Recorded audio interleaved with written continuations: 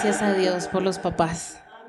La canción de Valerie tenía unas frases muy intencionales, muy interesantes, igual que la canción de Aarón, si usted le prestó atención, donde nos recordaban esas dos canciones algo muy especial y de una otra manera, yo no sé, pero esto se vuelve muy emotivo y de pronto dicen, no, es que yo anhelo eso, yo anhelo ese papá de la canción, que me ame, que me enseñe, que sea ese héroe, que sea ese ejemplo. Sin embargo, no podemos desconocer que no todos han tenido esa experiencia, ¿cierto? No todos han tenido esa oportunidad. Algunos tuvieron la oportunidad de crecer con padres súper amorosos, otros crecieron con papás súper indiferentes, con papás ausentes, con papás que generaron quizás heridas profundas. Y algunos, aunque lo tenían físicamente, era un papá tóxico que decía, ay no, mejor que no esté. En fin, este mes se celebra el mes del padre, ¿cierto? Y los restaurantes no se llenan igual. El marketing no es el mismo, a nivel comercial, no sé, es más, de hecho, se celebró hace 8 días, pero hoy también, en fin, ¿sí? O sea, como que una cosa medio rara. Y uno dice, ¿pero por qué? Y nos podríamos hacer una pregunta, ¿qué tanto influye un padre en la vida de sus hijos? En la Biblia, en la psicología y en la vida misma vemos cómo las influencias pueden marcar nuestro punto de partida como hijos, sin embargo, no van a determinar nuestro destino. Y siempre he tenido una frase, no sé, hace mucho tiempo en mi vida, y es que hay cosas que influyen, mas no son determinantes, ¿sí? Y algo así es el título de esta enseñanza, que de verdad créanme que le pedí muchísimo a Dios por este espacio, este tiempo desde hace mucho, y inclusive yo le decía a algunas hermanas, es que no sé qué decirles, no quiero hablar de siempre del hijo pródigo, quiero que sea Dios el que hable. Y una hermana me decía, eso dígales que tienen que cumplir con la cuota, que nos compren todos los zapatos de colores y las carteras que las necesitamos. Y yo, ay Dios mío, no sé, bueno, pero no, de eso no les voy a hablar, tranquilos, las carteras, sus billeteras están aseguradas. Pero sí fue algo de mucha oración y de verdad deseo con todo mi corazón que Dios hable a sus corazones así como ha hablado a mi vida. Y de verdad me preguntaba mientras desarrollaba esta enseñanza y pensaba cómo habrá sido el papá de Wilmar, cómo habrá sido el papá de Nelson, cómo habrá sido el papá del pastor Mario Villamarín, ¿sí? Pensaba cómo habrá sido el papá del hermano José Benavides, que aunque él no es papá, pero él a veces cumple esa figura de papá, ¿sí? Pensaba en Marlon, un buen amigo que está en España, y un poquitico sé más o menos de su vida, pero veo cómo él es como papá, y digo, bueno, más o menos sé cómo fue su papá, en fin. Y no quiero que pronto vayan a malinterpretar, pero dije, pues del papá que más puedo hablar, pues es del mío, ¿sí o no? Y no se va a tratar la predicación de él, claro, pero sí hace parte de esta enseñanza. Entonces quiero pedirle el favor a mi papi que venga para acá.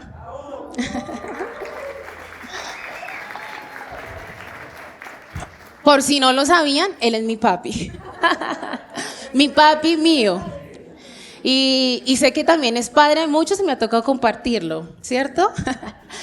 Y ustedes lo ven aquí, pero pues han pasado cosas, muchas cosas. Y es parte de la introducción de esta enseñanza porque las cosas no son perfectas. Y hay dificultades, hay fallas y hay caídas, ¿sí o no, pa? Amén. Él se llama Heriberto, por si no sabía. Bueno, papi, voy a hacerle algunas preguntas, ¿sí? Modelo 1962, o sea que ¿cuántos años tiene? 64. 64 años. ¿Cuántos hermanos tiene?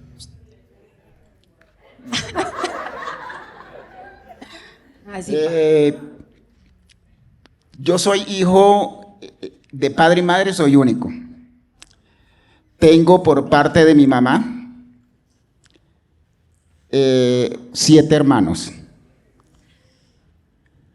Por parte de mi papá 10. Y por parte de mi papá de crianza, con los de mi mamá y otros que tuvo así por fuera, 18. O sea, eso es los tuyos, los míos y los nuestros, ¿sí? Pero él como tal es el único hijo de mamá y papá, ¿sí? Es el mayor de todos los hermanos, ¿sí o no? Sí, así es. Papi, ¿a qué edad dejó de vivir con su papá? El papá de mi papi, o sea, mi abuelito se llama Heriberto Romaña y mi abuelita Jacinta. ¿A qué edad dejó de vivir con Heriberto Romaña? Creo que tenía por ahí 2 años y medio, 3 años. Es decir, No no se recuerdo. crió con su papá. No, no me crié con mi papá. Ok. Eso quiere decir que empezó a vivir con otro papá. Con mi papá de crianza, Manuel Eutimio Cuesta Lemos, sí. ¿Cómo era la relación con Manuel Eutimio?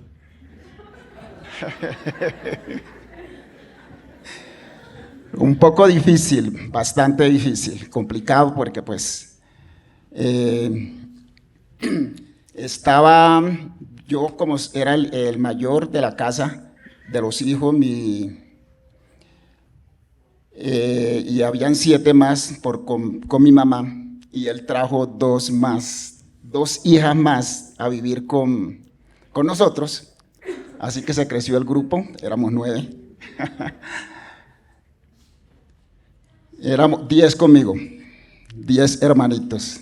Y mi papá de crianza, él era minero, o es minero aún todavía porque todavía vive. Mi mamá sí ya falleció hace 43 años. Y él, como es minero, los mineros viajan mucho.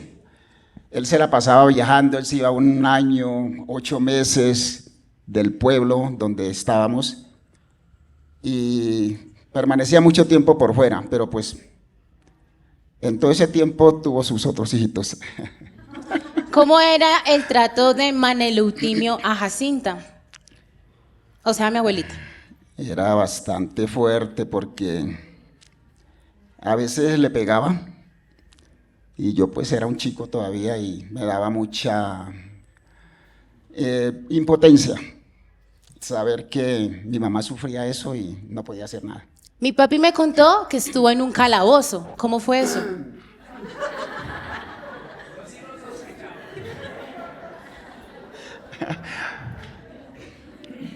Bueno, eso era cuando estaba pelado, estuve en la escuelita. Estaba pelado. Eso no estaba programado.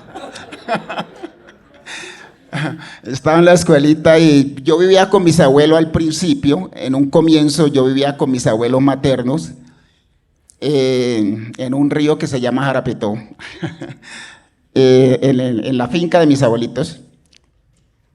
Y cuando dejé de vivir con ellos, porque cuando mi papá me dejó con mi mamá, yo me fui a vivir con mis abuelitos. Cuando ya tenía 3 años, 7 añitos más o menos, fue cuando vine a vivir con mi mamá de nuevo y mi papá de crianza. Entonces, cuando yo llegué a vivir con ellos y entré a la escuelita, los compañeritos de ahí de la escuela, del pueblito, me decían campesino, campeche, que me la montaban, me hacían bullying en ese tiempo, imagínense. Ha existido, siempre ha existido. Entonces, a mí me daba rabia y me agarraba a pelear con ellos. Ahí donde lo ven, dice que agarrarse a pelear, pero bueno. Y sacaba el esfero y el lápiz. Los usaba. Agresividad. Eso fue una época de su vida, ya pasó. Y por eso me metieron al calabozo.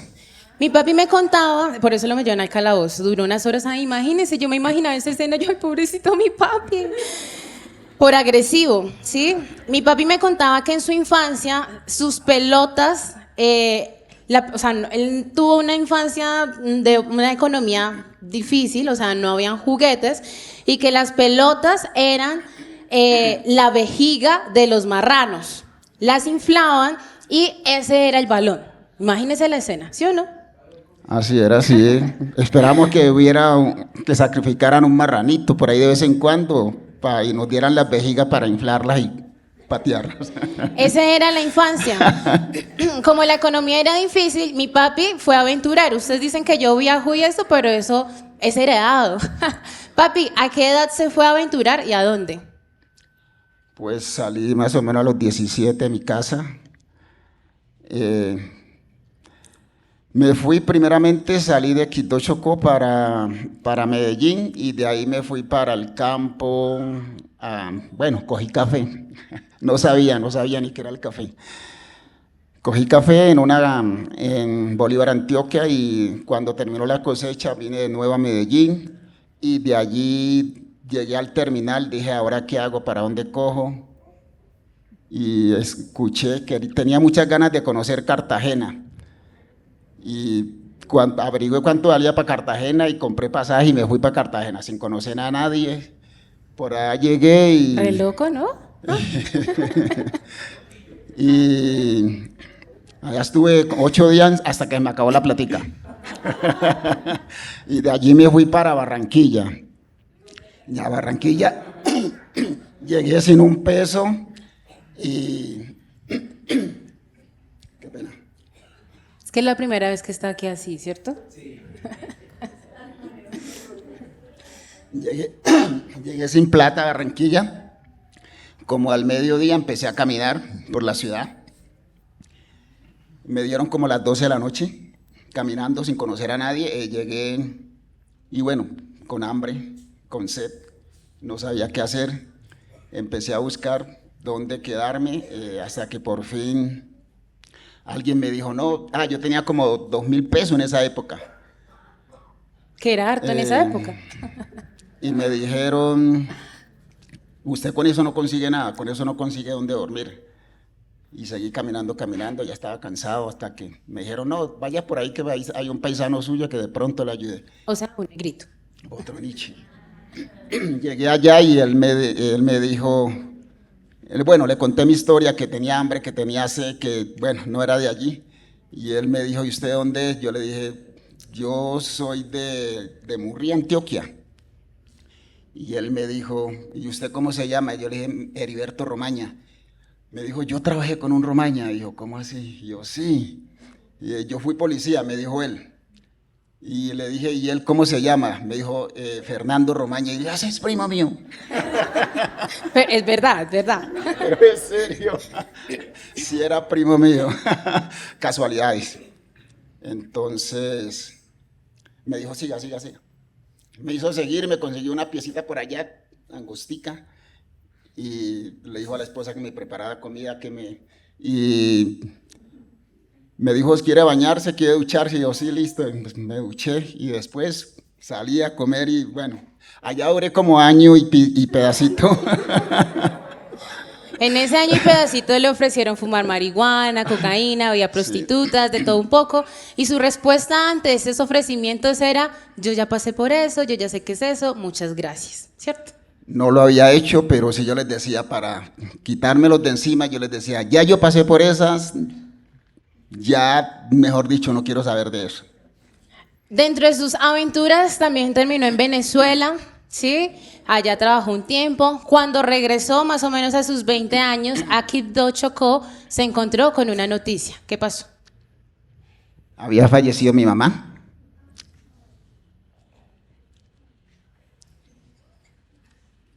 La mamá ya no estaba. Y no podía enterarse porque en esa época no existía ni WhatsApp ni celular. Era por medio de cartas, pero como el señor andaba aventurando, pues no tenían ni la más remota idea de dónde podía estar. Cuando llegó, se encontró con esa dura realidad de que mamá ya no estaba. Mi abuelita murió por una picadura de culebra. La mordió una culebra, Yo sí. por eso detesto las culebras, creo que es una de las razones por las cuales. Sin embargo, tocaba seguir adelante, ¿cierto? Aunque mamá ya no estaba. En esas andanzas llegó a Bogotá, ¿cierto? Sí. ¿Cómo fue el amor? Llegué a Bogotá a vivir donde una tía, María Jovita, que muchos la conocen, y allí estaba Enriqueta Caicedo Baloyes. Mi mami lo veía como un hermano. Pero bueno, esa es otra historia.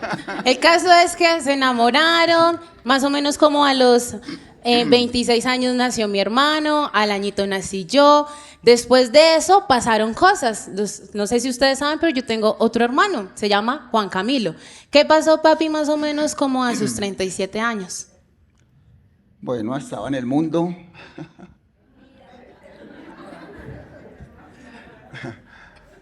Estaba en el mundo un poquito desordenado. era terrible. Era muy salsero en esa época, me gustaba mucho la música salsa. Todavía le gusta. Todavía, pero la que es de adoración a Jesús. Dentro de esas, yo compraba música todas las semanas. Eso era ¿cómo se dice? Mi hobby. Y de un momento a otro, pues por allá mi señora me los regaló. No, pues yo tenía un bar y en ese bar... Tenía un bar. Tenía un bar y eso era solo desorden y un día llegué y lo habían desocupado y lloré. Y lloré mucho porque pues yo me la pasaba ya metido en mi desorden, entonces dije, no más. En eso pasó que, bueno, me invitaron a una iglesia, empecé a asistir y después vinimos a vivir acá a Bosa Linda y resulta que era la mamá del pastor. Pero espere, antes de que seguir esa historia, o sea, en medio de esa transición y malas decisiones, malas amistades, mi papi un día, un sábado, mi mami trabajaba interna, o sea, la economía no era buena, realmente nuestra economía era muy, muy compleja, y en esas un día llamaron a la casa, aquí está Heriberto Romaña, venga a recogerlo. Estaba con mi hermano, yo tenía 17 años, porque mi papi, literal, cada 8 días vivía tomando. Sí, este señor que usted ve aquí hacía esas cosas. En medio de su desorden, pues, apareció mi hermano Juan Camilo, que Juan Camilo es mi hermanito, tiene 25 años, y es una de las razones por las cuales yo amo a Dios y Dios me enseñó a amar a mi hermano y a perdonar a mi papi, porque fueron unos meses de separación, donde veía a mi mami llorando, flaca, triste, una infidelidad. Juan Camilo vivió con nosotros, o sea, pero todo esto, ¿verdad?, lo permite Dios, sí. Y este señor que está aquí, mi papi, vivió o permitió o hizo esas cosas. Cuando mi papi estuvo a punto de morir, en esa situación que estaba intoxicado por trago, las malas amistades lo intoxicaron. Uno podría decir, pues casi se muere. Recuerdo que el pastor estuvo allá, oró por él, y ustedes pueden creer que a los meses seguía tomando. Sin embargo, la misericordia de Dios lo tiene aquí. Más o menos a sus 47 años fue que se convirtió al Señor, y una de mis imágenes de mi papi es él arrodillado con sus manos levantadas, llorando, agradeciéndole a Dios. Es lo mejor. Y recuerdo que con mi mami orábamos. Una vez salimos de la iglesia de Ciudad Berna y orábamos los dos, casi nos roban. Pero nuestra oración, Señor, acabamos de salir de la iglesia para orar por nuestros papás y nos van a robar. No, Señor, ¿qué pasa? Pero recuerdo tanto la oración de mi tía abuela. Mi papi es el mayor de los hermanos, no sé si de pronto ahí pasan otras fotos, y aunque es el mayor de los hermanos, es el que se ve más joven, porque el Señor nos rejuvenece como las águilas. Hoy en día es padre de 3 hijos, tiene una hermosa nieta. Yo ya no soy la reina y la princesa, me quitaron el puesto. Es el papá de muchos, como Valerie, como Emanuel, ¿sí? Lo ven como un papá por sus abrazos. Pero papi, falta una parte de la historia. ¿Cómo fue el tema de Heriberto Romaña? Mi abuelito falleció hace unos 3 años, 4 años. Y antes de eso falleció su esposa. Y mi papi nunca había abrazado a su papá, nunca había recibido el amor de su papá. Mi madrastra falleció hace 4 años, mi papá 2 años. Cuando falleció mi madrastra, fui al sepelio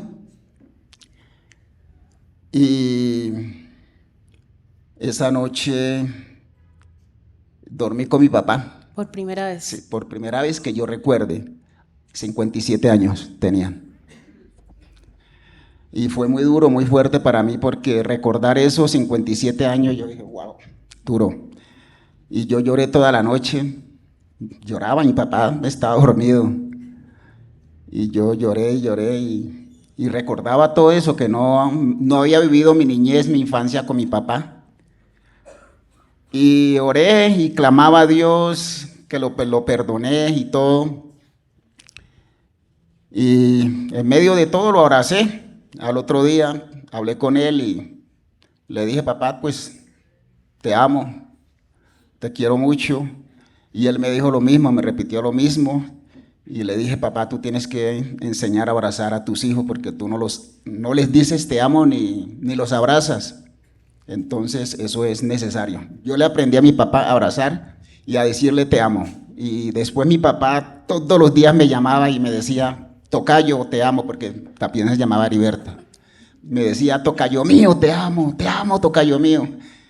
Y cuando él estuvo enfermo, que ya no podía llamar, entonces él hacía que mis hermanos me llamaran. Gracias, papi. Te amo.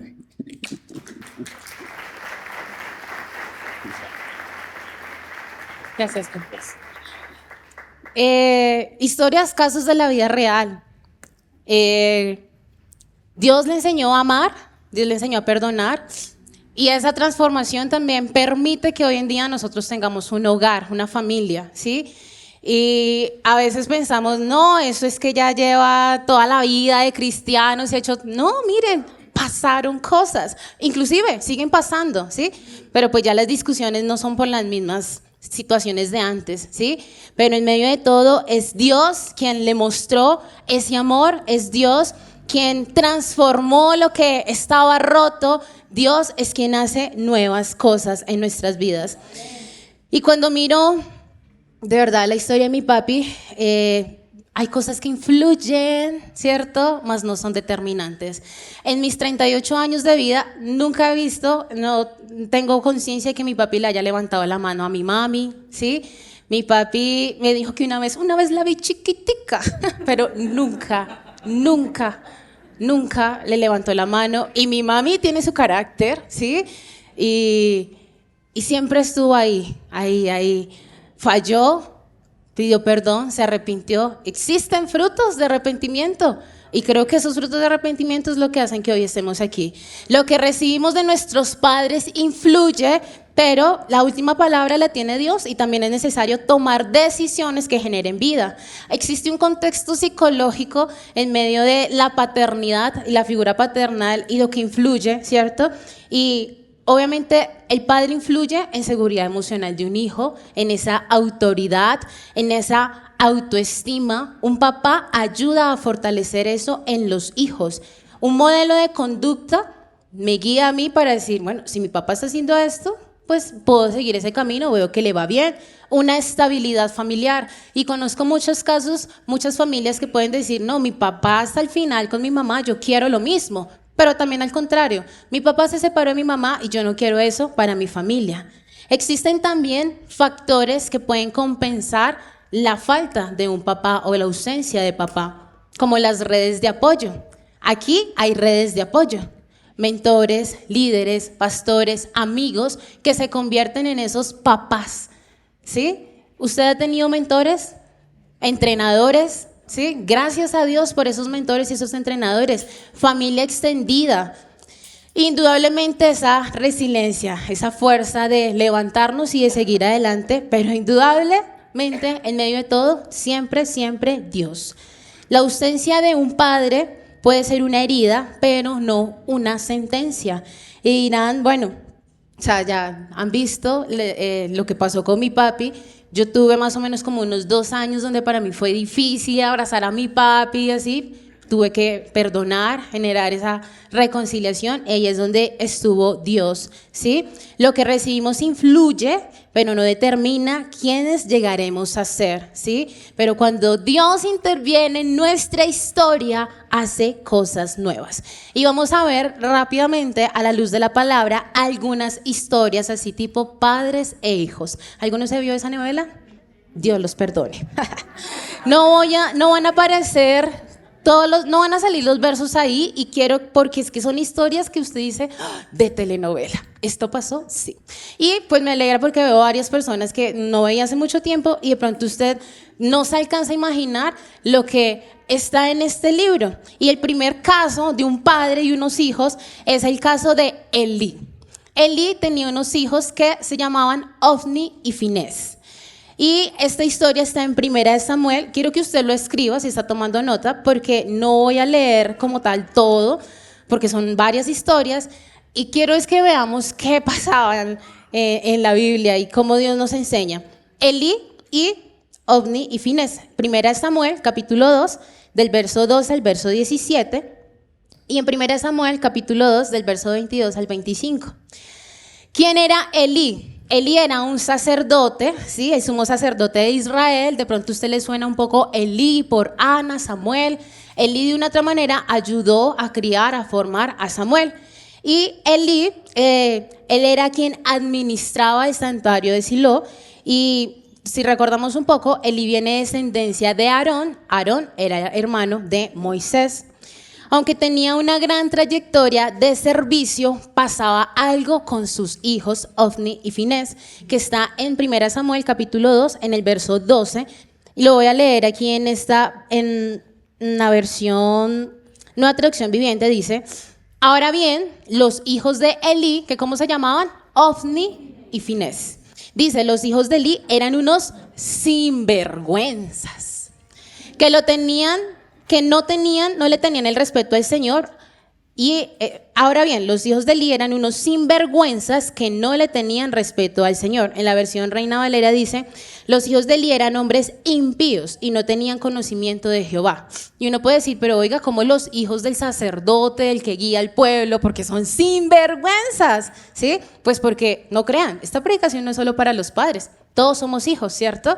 Y hay hijos que no escuchan a sus padres. Sin embargo, si bien claramente Elí amaba a sus hijos profundamente, pero no ejerció una corrección firme.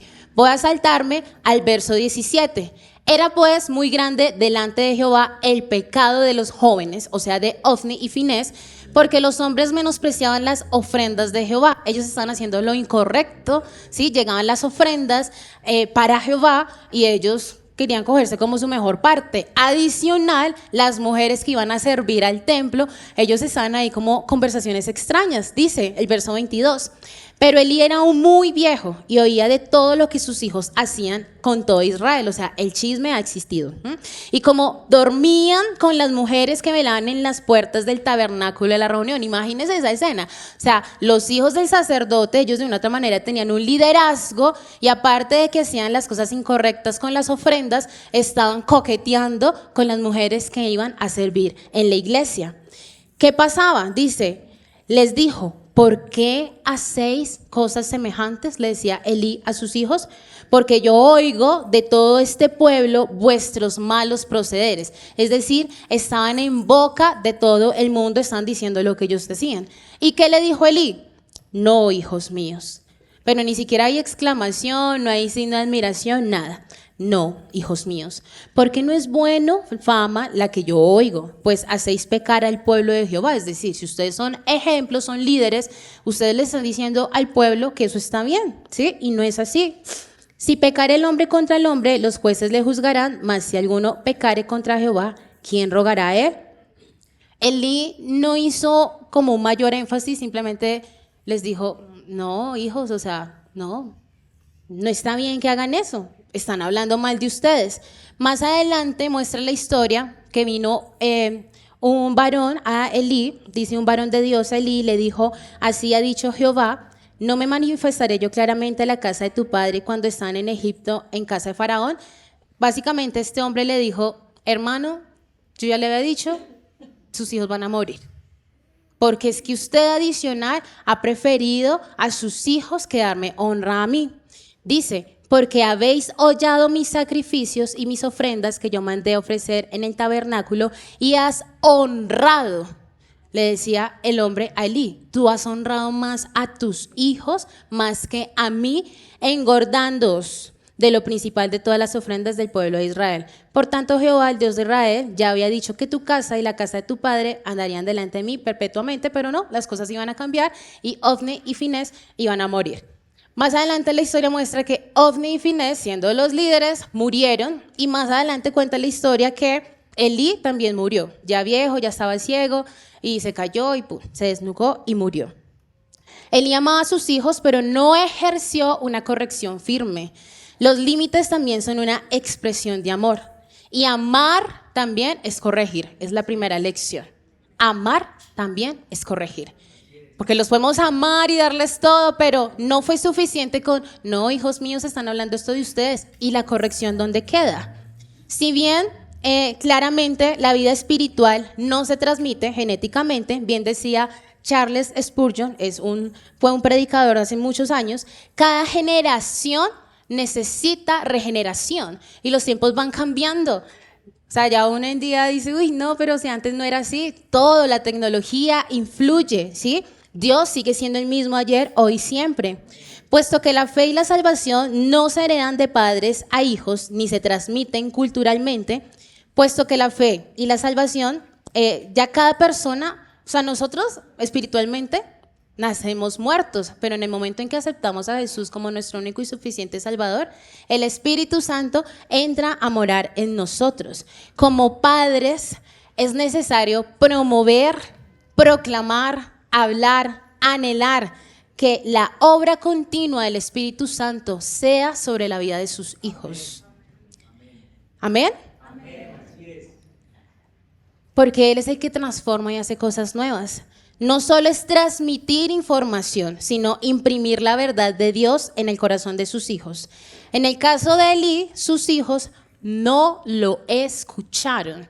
Les pregunto, queridísimos y amados padres, ¿sus hijos los escuchan? Pero también ustedes, hijos, ¿ustedes escuchan a sus papás? Dice Proverbios 23 del 13 al 14, no dejes de disciplinar a tus hijos. La vara de castigo no los matará. La disciplina física bien puede salvarlos de la muerte. No sabemos qué hubiese pasado si Elí, bueno, pues ya, o sea, lo único que sabemos es que Elí no los corrigió. ¿Y a dónde fueron a dar? Muerte, ¿sí?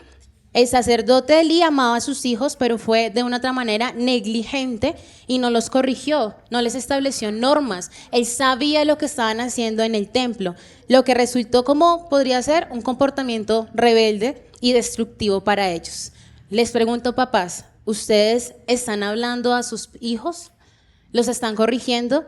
Porque no es suficiente con solo amar, es necesario corregir. Vamos con el segundo hombre de la historia, que esto es para una novela. Y es el famosísimo y querido por nosotros David el salmista. Y muchos conocemos la historia de David. Recuerden que él por allá mandó a matar a uno de sus soldados, a Urías, ¿cierto? Urías se metió con la mujer, tuvo un hijo, ¿sí? Él tuvo muchos hijos. Entre esos hijos, uno se llamaba Absalón, otro se llamaba Amnón, una hija que se llamaba Tamar. Esta historia la van a encontrar para que la lean en sus casas en 2 Samuel, capítulo 13, del 1 al 22. Y dice 1 Samuel, solo va a leer aquí el primer verso. Aconteció después de esto que teniendo Absalón, hijo de David, una hermana hermosa que se llamaba Tamar, se enamoró de ella Amnón. ¿Ah? ¿Cómo así? Sí, eran hermanos. Amnón se enamoró de Tamar. ¡Oh! ¿Eso está en la Biblia? Sí, por eso anote 1 Samuel, capítulo 13 y léalo. Pero esto no era amor, esto era más una lujuria. Dice el verso 2, y estaba Amnón angustiado hasta enfermarse por Tamar. Por eso le digo, eso no es amor, sino es una lujuria. Y ella era virgen, Tamar era virgen. Y llega un personaje que se llama Jonadab, que era como el primo, y le dice a Amnón, pero si usted está como todo como flaco, esgalamido, ¿qué fue lo que le pasó? Amnón le dice, no, es que deseo a mi hermana, pero no le decía propiamente hermana, pero él le decía, no, yo la quiero. Entonces este hombre, pilas con los consejos que ustedes escuchan, le dice, pues dígale a su papá, usted es el hijo del rey, dígale que usted está enfermo, que venga a Tamar, le cocine, usted aprovecha el momento y tenga. Cuenta la historia más adelante que en efecto el rey David le dijo a su hija Tamar, Tamar, vaya mamita, mire que su hermano está enfermito. Cuando llegó a la habitación, Amnón dijo, todos váyanse, hermana, ven a mí, dame la comida. Tamar dijo, hermano, pero no, ¿cómo vas a hacer esto? Esto fue un caso de la vida real. Bueno, en la vida, sí, un caso de la vida real. Y al final del día, Amnón violó a su hermana. ¿Sí? Esto pues trajo deshonra, dice la palabra que más adelante, mas él no la quiso oír, sino que pudiendo más que ella, la forzó y se acostó con ella. Más adelante dice que él la repudió, le dijo, váyase de aquí, o sea, la abusa y la bota, ¿sí? En ese momento Tamar, pues en medio de su angustia, porque pues eso era una deshonra, ¿sí? Entonces todo el mundo se enteró, ¿sí? Y Tamar llegó a Absalón. ¿Por qué no llegó a su papá? No sabemos. Llegó a su hermano mayor y le dijo, hermano, pasó esto. Pasaron 2 años y lo único que pasó antes de eso fue que David no dijo mayor cosa. Dice la palabra que en el capítulo 13, en el verso 21, y luego que el rey David oyó todo esto, se enojó mucho. Eso fue todo. O sea, su hijo violó a su otra hija y él solo se enojó. Pero al final del día no sabemos bien qué pasó. ¿Sí? No sabemos si fue que David quizás dijo, no, yo no tengo cara para decirle a mi hijo no haga eso, porque pues de pronto él dirá, yo en el pasado también hice de las mías, o quizás recordemos que David tenía varias concubinas, varios hijos, de pronto no está tan pendiente de sus hijos, porque ¿por qué Tamar no llegó a su papá? Hijos, ¿ustedes van a sus padres cuando pasa algo? Papás, ¿sus hijos acuden a ustedes? En ese tiempo pasaron 2 años donde Absalón maquinó, tenía odio, venganza, y él armó un plan que al final, de verdad, Absalón mató a Amnón. O sea, hermanos, chin. ¿Por qué? Porque, oiga, usted le hizo eso a mi hermana. O sea, no piensen que todo esto tiene un fin. Pero esto pasó. ¿Pero por qué pasó esto? Porque es necesario tener conversaciones difíciles. Es necesario enfrentar las situaciones. La evitación del conflicto y la pasividad de David trajo deshonra, muerte, venganza. ¿Están conmigo? Recordemos de verdad el pasado de David. Yo no sé, no sabemos si quizás fue por eso. Pero la lección de David es que las conversaciones difíciles no se pueden evitar. Posponer, hablo después, llena nuestro corazón de odio, de rencor. Y pensamos que las cosas se van a solucionar solas y no, hay que hablar. En mi trabajo aprendí esto, las conversaciones difíciles, y yo soy una persona que me gusta evitar el conflicto. Pero sí, aunque quiera evitar el conflicto, es necesario hablar, confrontar, ¿sí? Para soltar, liberar. David nunca sostuvo una conversación, ni con Tamar, ni con Amnón, ni con Absalón, o por lo menos no lo registra la historia. El silencio de David agravó el conflicto familiar, porque el papá no hizo nada, solo se enojó. Padre, estás llamado a ser sacerdote de tu hogar. Papá, futuros papás, mentores, están llamados a ser sacerdotes de su hogar. La responsabilidad no se le puede dejar a la mamá, ya usted mire y resuelva y no bájale con su mamá. Juntos, equipo, trabajo en equipo. Los problemas que no enfrentamos terminan creciendo. Por eso la lección con David, las conversaciones difíciles no se pueden evitar. Cuesta, sí, haga terapia, escriba. Lo he hablado con mi papi. Papi tiene que hablar. Si quiere, escríbalo, salga a caminar, medítelo, busque las palabras, pero no dejen que pase el tiempo. Días, meses, años y no han hablado. Y después, hijos rebeldes, muerte, venganza, odio. Hay cosas que influyen, mas no son determinantes. Caso 3, Ezequías. Su papá, Acaz. Esto está en 2 de Crónicas, capítulo 28. El reinado de Acaz fue un rey que pues fue como de lo peorcito que uno podría decir que le pasó al pueblo de Israel. Es catalogado en las escrituras como de los peores y más oscuros del reino de Judá, a diferencia de su hijo Ezequías. Es decir, aquí vemos como en 2 de Crónicas, en el capítulo 28, hay una diferencia. Si bien Acaz muestra la palabra que su reinado fue perverso, pero asimismo muestra la par, les voy aquí a leer 2 de Crónicas, capítulo 28, verso 1. De 20 años era Acaz cuando comenzó a reinar, y 16 años reinó en Jerusalén, mas no hizo lo recto ante los ojos de Jehová. Y si vamos al capítulo 29, el verso 1 dice, comenzó a reinar Ezequías. Ezequías era hijo de Acaz, tenía 25 años y reinó 29 años en Jerusalén. El nombre de su madre fue Abdías, hija de Zacarías. Dice que él sí hizo lo recto. Ezequías hizo lo recto ante los ojos de Jehová, conforme a lo que estaba escrito. Y aquí vemos una diferencia. Un hijo piadoso, Acaz llevó a la nación a una profunda decadencia espiritual, militar, económica, o sea, sacrificios humanos, todo estaba súper terrible, cerró templos, hizo lo que no era. Mientras que Ezequías, al ver aún así a su padre, el que hizo todo lo contrario. Influye, mas no determina. Es decir, hizo algo diferente, una reforma religiosa. A diferencia de su padre, Ezequías luchó activamente contra la idolatría, limpió, reabrió templos, destruyó los lugares altos, o sea, porque Acaz había construido bastantes templos para adorar, porque realmente el papá ya venía corrompiendo al pueblo. Acá todos somos hijos, vuelvo y reitero, ¿sí? Y es importante que veamos, hay cosas que van a influir, pero no van a determinar que usted tenga que seguir el mismo camino. Por eso la lección en Ezequías y Acaz es que no estamos condenados a repetir la historia de nuestros padres. ¿Amén o no amén?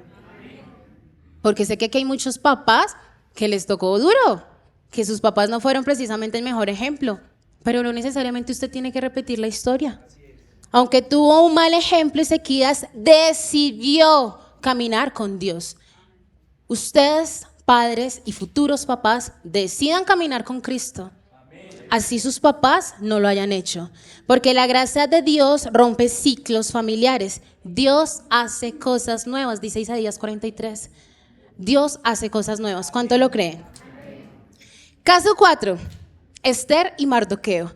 Y aquí pienso en esos tutores, esos mentores. Si recordamos, Mardoqueo como tal no era papá de Esther, era el tío. Eso está en Esther capítulo 2, verso 7. Y había criado a Hadasa, que es Esther, hija de su tío, porque era huérfana. Y la joven era de hermosa figura y de buen parecer. Cuando su padre y su madre murieron, Mardoqueo la adoptó como hija suya. ¿Usted tiene hijos adoptivos? ¿Algunos de aquí? Ethel tiene sus cuantos. O sea, Edwin tiene sus cuantos hijitos, ¿sí? Papás, algún papá que me diga, yo tengo como unos 2, 3 hijos adoptivos. ¿Ninguno? Los que no son papás, pero tienen como hijos. ¿Solo Edwin? ¿El pastor? Estoy hablando a la Iglesia de Discípulos de Cristo Bosa. ¿Están aquí? Ricardo, ¿no tienes a alguien como un hijo? Te invito a que lo hagas. Eres un líder, eres un mentor. Hermano Oscar tiene 2 hijos, pero estoy segura que tiene unos hijitos ahí adoptados. Cuando falta una figura paterna, Dios puede levantar mentores y cuidadores. Hay hijos que se sienten solos. Hay hijos que necesitan el amor y el abrazo de un padre. Pero Dios es tan bueno, tan oportuno, que siempre provee las personas ahí para ayudarnos. La buena obra que Él inició la perfeccionará. Y por eso les digo a todos, dejémonos mentorear, dejémonos adoptar. Padres y los que no son padres, déjense usar. No se resistan, no sean remilgositos. Amén. Porque es que acá es muy fácil dar abrazos, pero es que afuera también se necesitan. ¿De qué nos sirve acá llenarnos de amor? Sí, no, chévere, bendito sea el Señor. Pero en su casa, ese hijo que usted sabe, no, mi sobrino es terrible, ámelo. Caso 5, Job. Job capítulo 1, verso 5, nos dice lo siguiente. Porque parece que la familia de Job era como fiestera, como chévere, como alegre. Después de cada fiesta, Job llamaba a sus hijos y celebraba una ceremonia para pedirle a Dios que les perdonara cualquier pecado que pudiera haber cometido. Esto dice en Job capítulo 1, verso 5. Se levantaba muy temprano Job, este papá, y le presentaba a Dios una ofrenda por cada uno de sus hijos. Job hacía esto pensando que tal vez sus hijos podrían haber ofendido a Dios o pecado contra él. Para Job esto era costumbre de todos los días, o sea, levantarse y presentar una ofrenda por sus hijos. ¿Quién sabe, que no sean los pastores, cuántos hijos tuvo Job? ¿Quién dijo 10? 10. Tenemos algo tú y yo. Tuvo 10 hijos. Pues yo decía, qué buena costumbre de bendecirlos, no maldecirlos. Porque es que uno ve casos de este chino no sé cuánto, es que este es un bobo, es un bruto, porque es que ahí también, no crea, no es solo con las palabrotas. Cuando usted le hizo a su hijo, es que usted sí es bien bobito. ¿En serio? ¿Qué está declarando sobre sus hijos? Perdón, papás. De verdad que créanme que no es mi intención que, bueno, sí, si tienen que sentirse mal, siéntanse mal y que sea Dios el que esté hablando. Pero los futuros papás, y esto también va para las mamás, porque no crean, a veces las palabras que salen de nuestra boca, o sea, estamos maldiciendo o bendiciendo. Mire esta buena costumbre. En efecto, Job tuvo 10 hijos, 7 varones y 3 hijas. Y el mensaje de Job a sus hijos era bendecirlos. Aunque la Biblia como tal no menciona que ellos eran malvados, Job se preocupaba por el bienestar espiritual de sus hijos. Por lo tanto, oraba por ellos. Los bendecía. Señor, yo no sé qué hicieron, pero aquí los presento delante de ti. A veces decimos, yo ya se los entregué al Señor. Sí, qué bien. Pero miren que la importancia de nosotros presentar ofrenda, dar ayuno, o sea, sacrificio como padres por nuestros hijos. ¿Están lejos? ¿Ya están casados? No sabemos su historia, pero les pregunto, papás, ¿están intercediendo por sus hijos? Los padres deben interceder por sus hijos. La mayor batalla de un papá no es económica, es espiritual. La lucha no es contra sangre ni carne, son contra huestes y potestades de maldad. Y claro, papá, los entiendo que la economía, que tocarles, claro, y háganlo. Pero ¿qué es lo más importante? ¿Qué es lo más importante? Ahora, si tu papá no ora por ti, te invito, hijo, ora por tu papá. Bendícelo, hónralo. Hijos, debemos honrar a nuestros padres. Dice la palabra que es una promesa que nos dará largura de años a nosotros. Honremos a papá. Padres, oren por sus hijos. El mayor legado de un padre es esa herencia espiritual. Los bienes se terminan, pero la fe, el amor a Dios permanece. Decía Nico, papá, admiro que usted ama sin medida. ¿Sí? Qué bueno que su hijo pueda decir eso de usted. Qué bueno que su sobrino pueda decir eso de usted. Caso 6, ya vamos finalizando. Y me encanta el caso 6. A ver si logran ver. Bueno, Job. Entonces, la lección de Job, qué pena, Juanito, otra vez. Los padres deben interceder por sus hijos. Y ahora vamos con uno de los últimos, prácticamente el último. Jetro. Me encantó Jetro. Porque no sabemos mucho de cómo él fue con su hija. ¿Que quién me dice cómo se llamaba la hija de Jetro? Séfora. No sé si María Séfora de pronto no sé. Séfora. Y yo creo que todos podemos recordar a Jetro, pues porque él sostuvo las manos de Moisés. Y me encanta esto porque, papás, quieran a sus yernos, porque sus yernos son sus hijos. Mi papi ama a su yerno. Pero es que yo me pongo a pensar, si usted como suegro aconseja a su yerno, ¿no le va a tratar bien a su muchacha o a su muchacho? ¿No lo va a amar, no lo va a respetar, no lo va a cuidar? ¿Sí o no? Pero es que lo tienen ese entre ceja y ceja porque se metió con ella. No, transformen eso por amor. Algún día se irán de casa, se van a ir. ¿Pero con quién se van a ir? Que sea con una persona que usted considere como un hijo, como una hija. Y esta historia está en Éxodo 18, del verso 17 al 24. Y de verdad que les invito, papás, a ser como Jetro, aliados. Jetro, si recordamos un poco aquí la historia, voy a leerles el verso 17.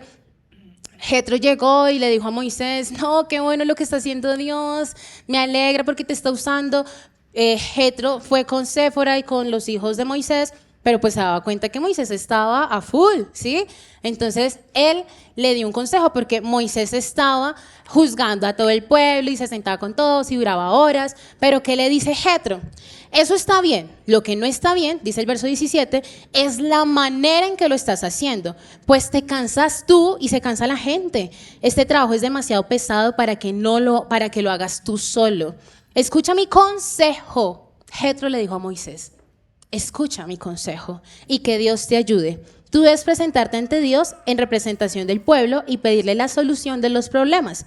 Al pueblo debes enseñarle los mandamientos de Dios y enseñarle también cómo comportarse. Para que puedas hacerlo, debes elegir entre los israelitas a gente que pueda ayudarte. Es decir, venga Moisés, delegue, hermano. Delegue líderes que le ayuden, distribuya la tarea.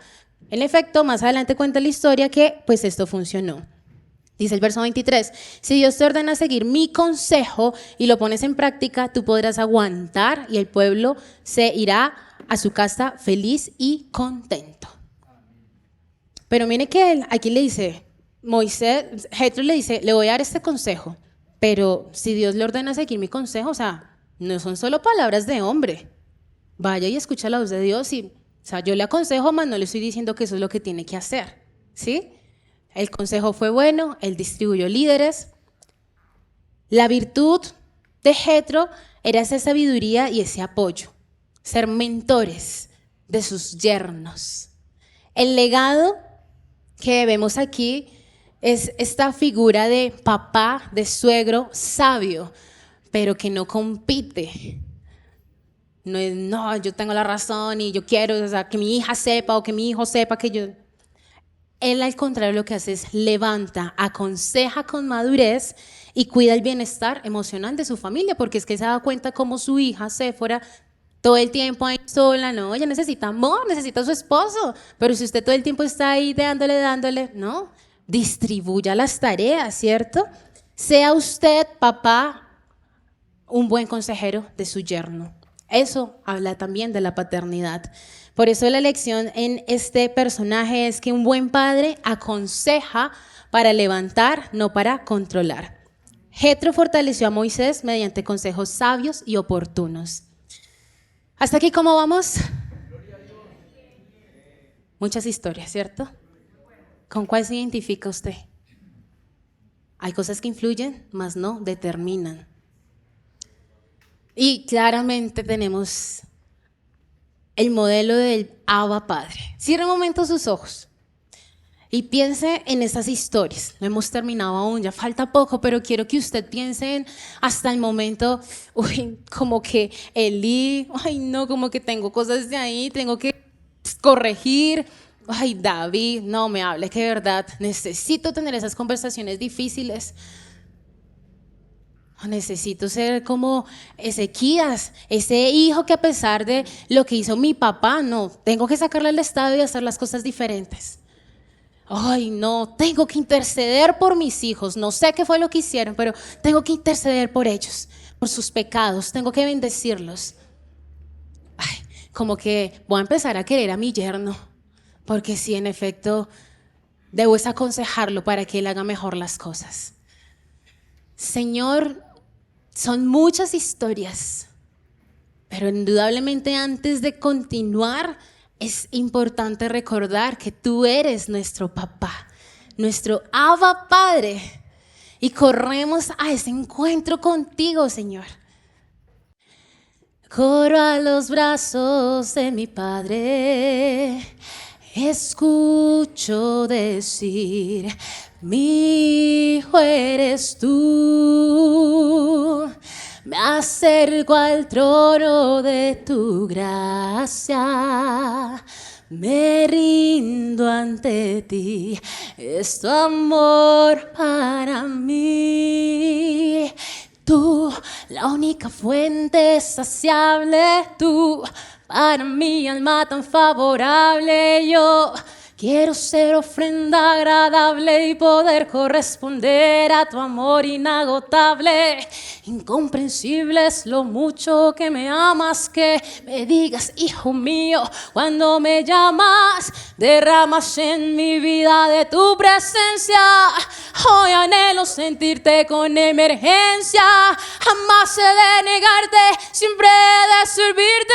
Comprendo que nací para glorificarte. Voy a servirte, voy tras tus pasos, y si me canso, descanso en tus brazos. ¿A dónde iré sino a ti, Padre bendito? Nadie mejor que tú, sabes lo que necesito. Abrázame, háblame, lléname, restáurame, enamórame.